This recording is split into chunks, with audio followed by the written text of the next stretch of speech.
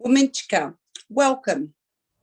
As a proud Wurundjeri woman with custodianship responsibilities, I pay respect to my ancestors who cared for country for over 60,000 years, and together we all pay our respects to Aboriginal elders and leaders, past, present and emerging, who continue to honour and care for this country, Mother Earth.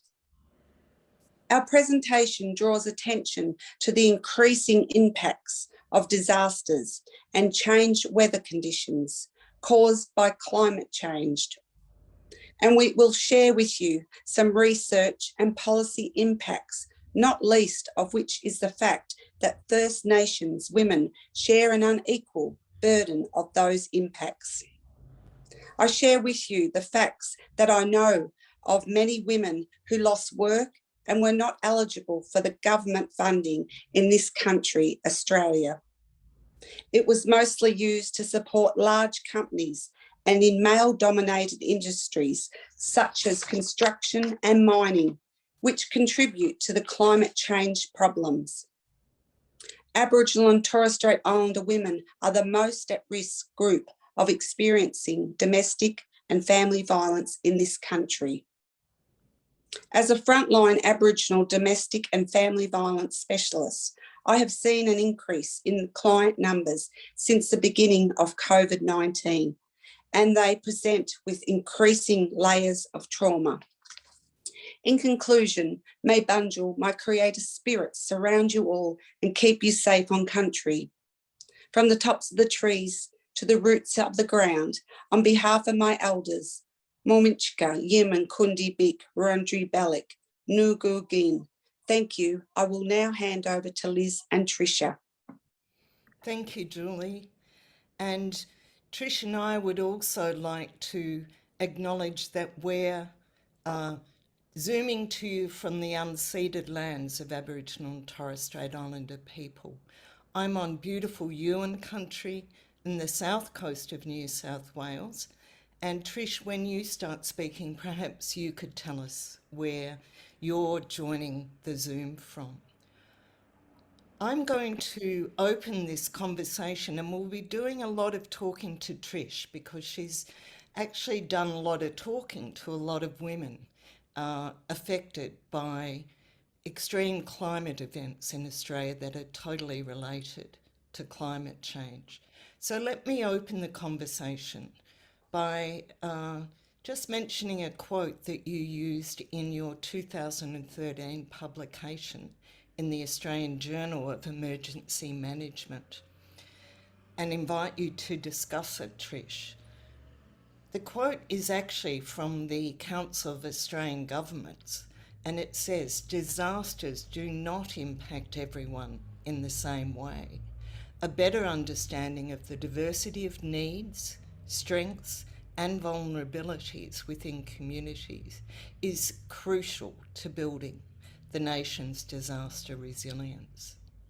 Gender is a central organising principle of society and a key factor in understanding diversity and effectively responding." So let's actually hear a bit more from you now, Trish. Thanks, Liz, and thanks, Julie. I'm coming from country in the northeast of Victoria with the Waivuru and Duderoa people's land, and I would like to acknowledge and pay my respects to the traditional custodians from the land here as well. I have been involved with doing research with mainly rural communities around disasters, and I guess one of the things that we're taking as a given is that climate change, we know, is happening for us, and it's leading to increased disasters.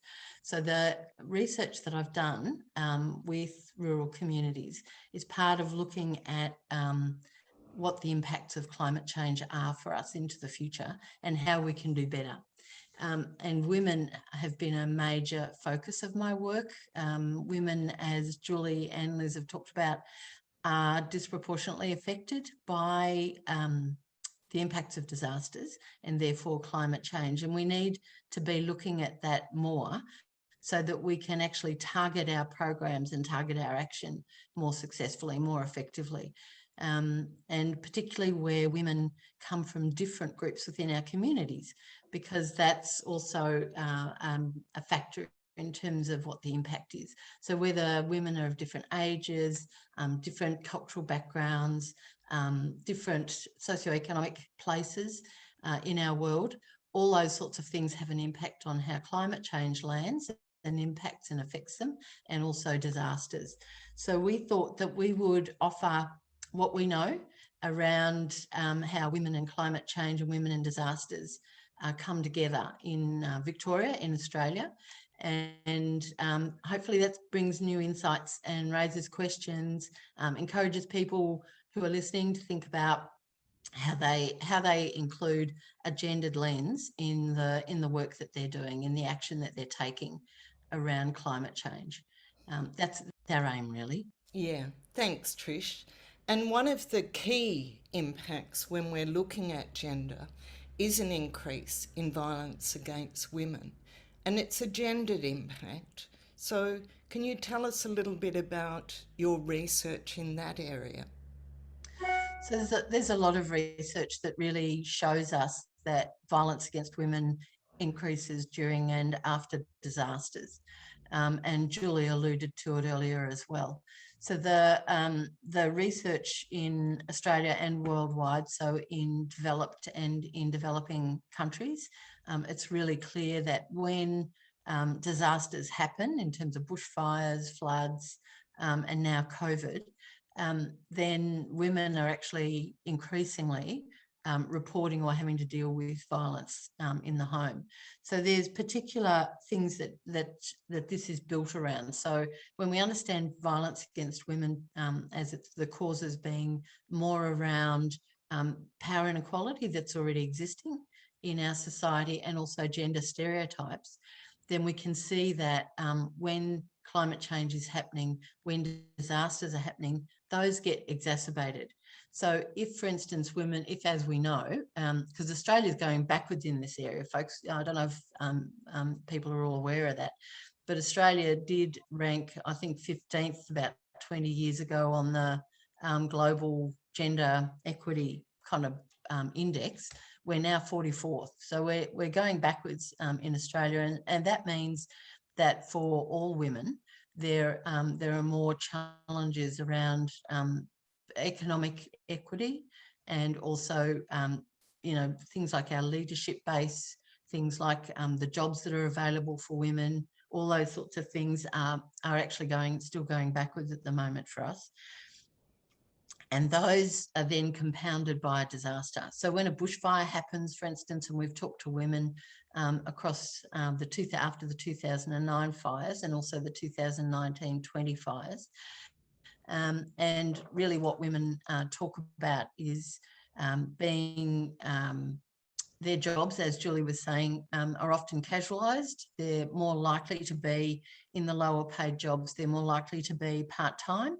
And so if a disaster happens in your area, if a bushfire happens in your area, and someone has to actually figure out how to get the government grant to actually put food on the table, or who has to actually sort out the insurance, for instance, that needs to kind of rebuild your house, then often as not, or who has to look after the kids who might be really traumatised by having lost either a pet or, for instance, a home, then it's usually women in their caring roles, in our gendered caring roles, who actually give up work or reduce their work. And as a result, their economic recovery is actually impacted.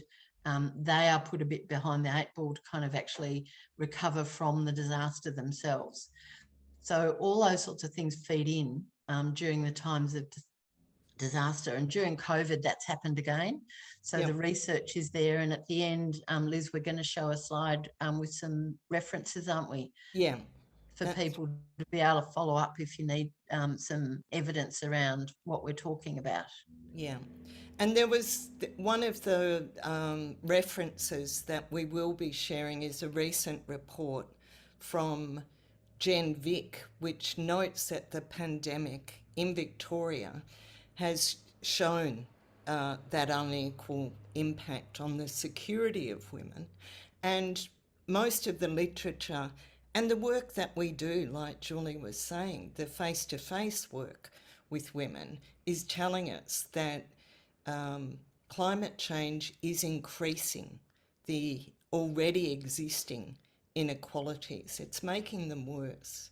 And this is also evident in the United Nations reports. There was a policy brief on the impact of COVID on women. So it's international, absolutely. So one of the things that, for instance, is an added factor with COVID, of course, is that women who are not safe at home are then being required to isolate at home.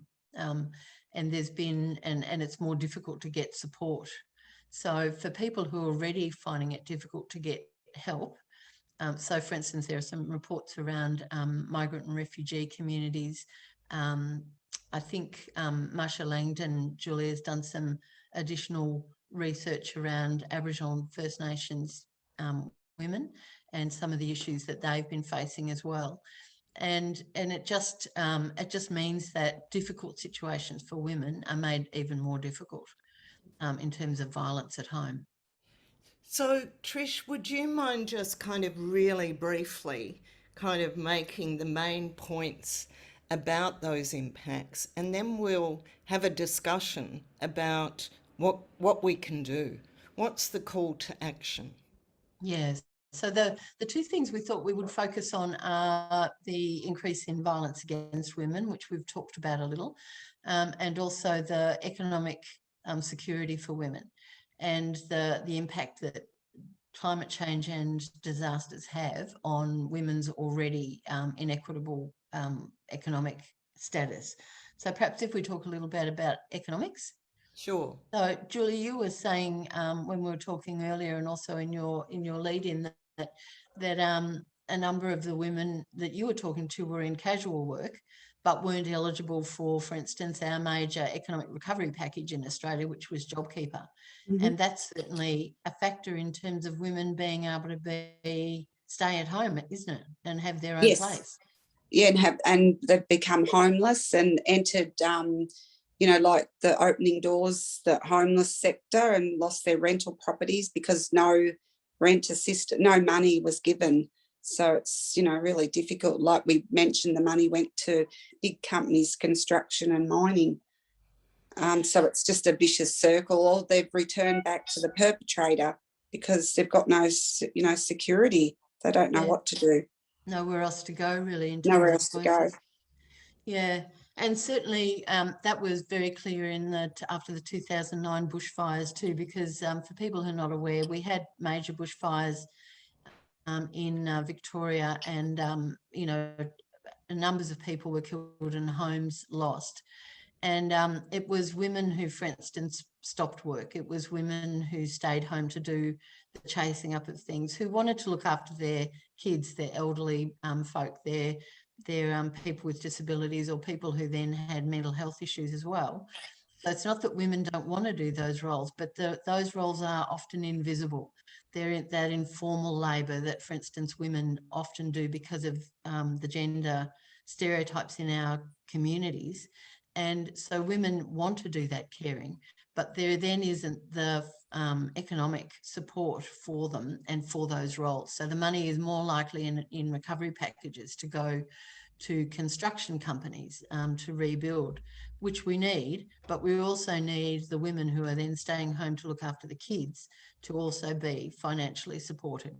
So I guess one of the things Can I just jump in here, just thinking about the international audience that may be watching this? It might be good if you could just mention the kind of framework. I mean, Australia is a first world country. Overall, we're better off than many of the frontline countries who are really taking the impact of climate change, like our neighbours in the Pacific Islands and in the Torres Strait Islands are really in the front line. But just tell us a little bit about the kind of recovery packages that are available, at least in this country, and the structure of that.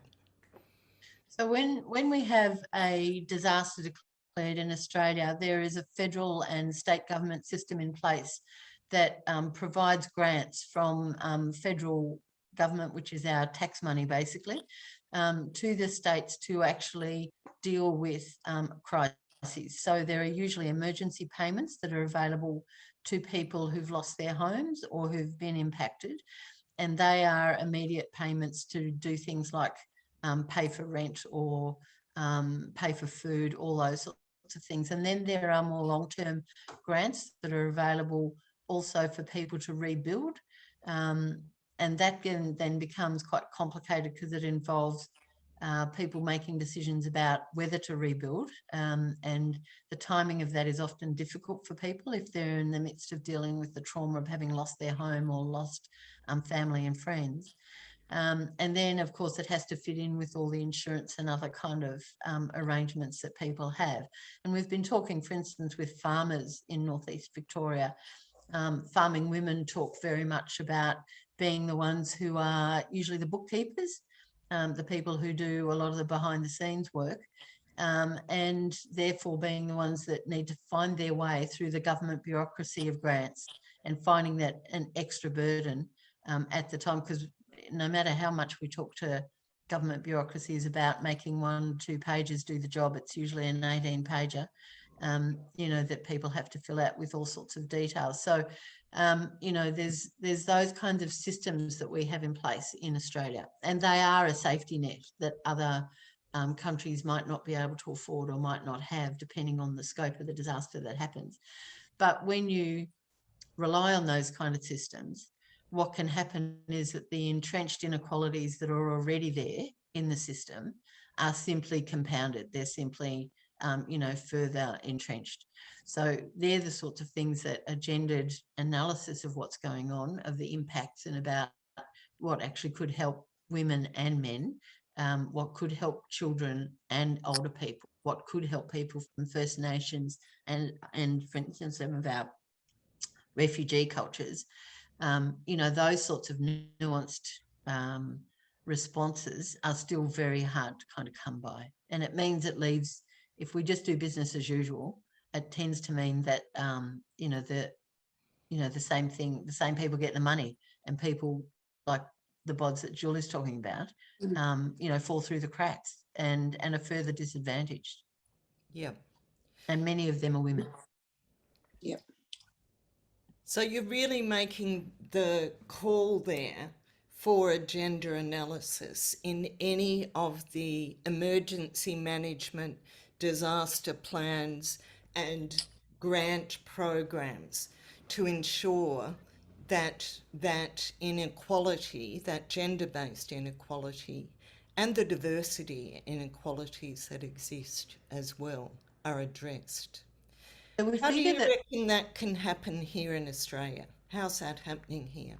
well, we figure that that's just a bottom line. It's got to be a starting point for making gendered issues visible. Basically, if you can't see a problem, name a problem, then it's hard to do something about it. And at the moment, whilst gender is starting to appear in some of our emergency management plans, the actual practice of what to do about it, because you have to change your way of kind of seeing the world. You have to ask the questions about how is this impacting women? How is this impacting, for instance, Aboriginal women living in this particular area, as distinct from a refugee woman who's living on the border, for instance? Like the impacts will be different. And unless you ask people and you talk to them and get their input, then and you notice the problem, you can't do anything about it. So that's why we're pushing for that as a first step in. So we would be looking for all emergency management plans, systems, any climate action strategies that people are developing. If you can include in that a statement that says that one of the steps is to look at the different impacts for women and men, and for different women and for different men within the populations, then that's a beginning point. And it will mean that the actions will be more effective, will be more targeted. You'll be actually making your investment work better for Right. people who are trying to deal with climate change. Right. And I'd just like to add there that we can all be looking at that in our local level, our regional level, at state and national and global levels, because what we've been discussing about that diversity within Australia, of course, we're well aware is happening globally as well. And there needs to be targeted and responsive programs that look at the differences across the globe as well as within nation states, regional areas and local areas.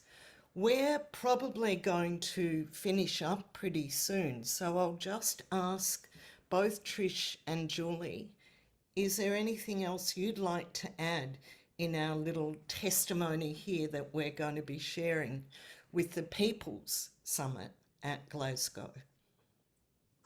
Yep. Can I just say I'm with you, Liz? We also need to look at it at, a local level as well as a global level. But I think self-determination is really important with, my community and looking at problems, local as well as, higher levels and global. Yeah, and that's all. Thank you. Julie. And we also know there's so much to learn from the millennia of caring for country that First Nations in Australia, as well as across the globe, have been doing and continue to do.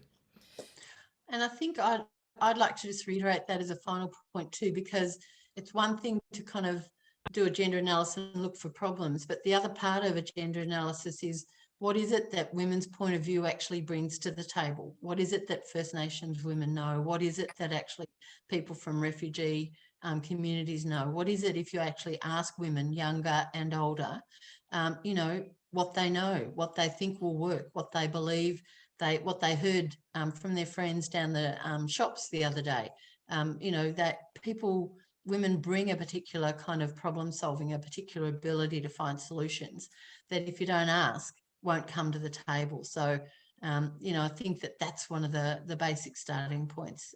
Ask the question about what's impacting women, ask people, diverse women, and then kind of go from. Great. Thank you both for participating, sharing your thoughts, your information, your knowledge. We wish everyone at the People's Summit in Glasgow every success. Every voice matters. We're all in this together. We're with you in solidarity, and we'll sign off for now. Thank you. Do you show the references as well, Liz? I will. Thank you for that reminder, Trish. Thanks to you too. Thank you. There we go. There's the reference list with some links for people to look at some up-to-date information there from Victoria, Australia. Thank you. Thanks, everyone. Bye now. Thank you. Bye. Hey, Julie, Thank you. just before we go, Yep. do tell us about who's that behind you. Where? It's your gran. Oh, yes, sorry. That's the picture behind me there. That's my mum's mother. That's my grandmother. Yes, she was born in Healesville up at Corrandirk, delivered under a tree by her grandmother. So many of my ancestors, were raised, lived on Corrandirk out of Healesville and lived self-sufficient. But they had a lot of resilient, but then a lot of hard times too. So, yes, I love going out to Corrandirk. It's a really significant place for me. And it is for everyone in Victoria. Thank you for putting that beautiful photo up, and thank you both, Julie and Trish. No, thank you.